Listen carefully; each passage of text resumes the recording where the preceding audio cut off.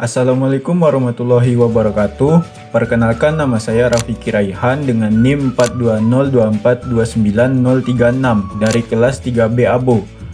Di video ini saya akan menjelaskan mengenai teori kode etik dan juga perhitungan perencanaan keuangan.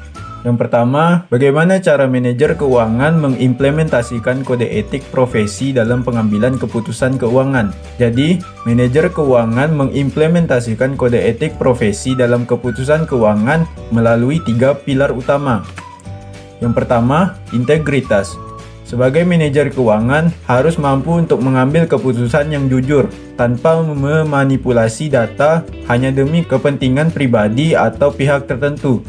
Yang kedua, objektivitas. Manajer keuangan harus mampu menghindari keputusan pendanaan yang tidak murni. Artinya, setiap keputusan pendanaan atau investasi harus real berdasarkan analisis data, bukan karena memiliki hubungan yang personal. Yang ketiga, transparan dan akuntabilitas, yaitu manajer keuangan harus melaporkan kondisi keuangan apa adanya kepada stakeholder dan bertanggung jawab penuh atas resiko yang diambil. Yang nomor 2 dapat dilihat di soal berikut ini.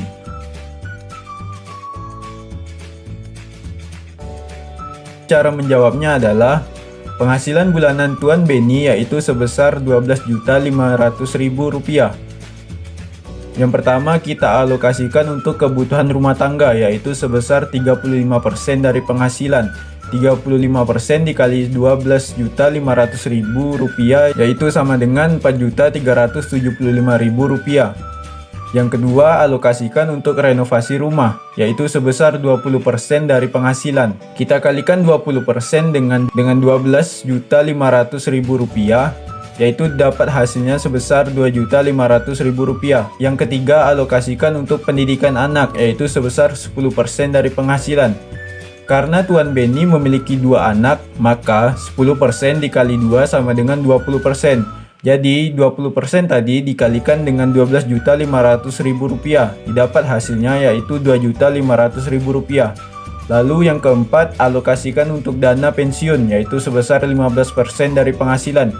Kita kalikan 15% dengan Rp12.500.000, didapat hasilnya yaitu Rp1.875.000.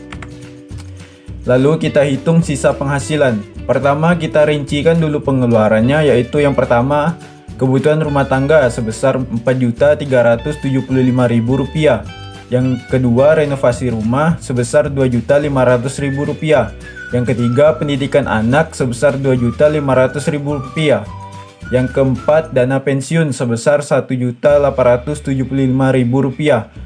Dengan total pengeluaran yaitu sebesar Rp11.250.000. Kita hitung sisa penghasilannya, yaitu total penghasilan dikurang dengan total pengeluaran yaitu Rp12.500.000 dikurang Rp11.250.000, didapat hasilnya yaitu Rp1.250.000. Lalu jangan lupa kita rincikan perencanaan keuangan Tuan Benny dengan keterangan penghasilan bulanan Tuan Benny yaitu sebesar Rp12.500.000 dengan persentase dari penghasilan yaitu 100%. Lalu belanja keperluan rumah tangga sebesar Rp4.375.000 dengan persentase dari penghasilan yaitu 35%. Lalu biaya renovasi rumah sebesar Rp2.500.000 dengan persentase dari penghasilan yaitu 20%. Lalu pendidikan anak sebesar Rp2.500.000 dengan persentase dari penghasilan yaitu 20%. Lalu di dana pensiun sebesar Rp1.875.000 dengan persentase dari penghasilan 15%. Dengan sisa penghasilan dari pengeluaran tadi yaitu sebesar Rp1.250.000 dengan persentase dari penghasilan yaitu 10%. Kesimpulan dan konklusinya adalah, jadi untuk merencanakan pengeluaran dengan baik, Tuan Benny harus menyisihkan penghasilan bulanan dengan rincian sebagai berikut.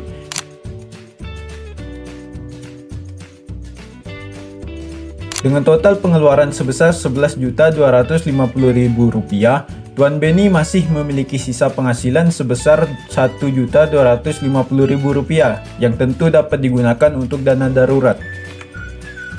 Sekian video presentasi dari saya ucapkan terima kasih. Wassalamualaikum warahmatullahi wabarakatuh.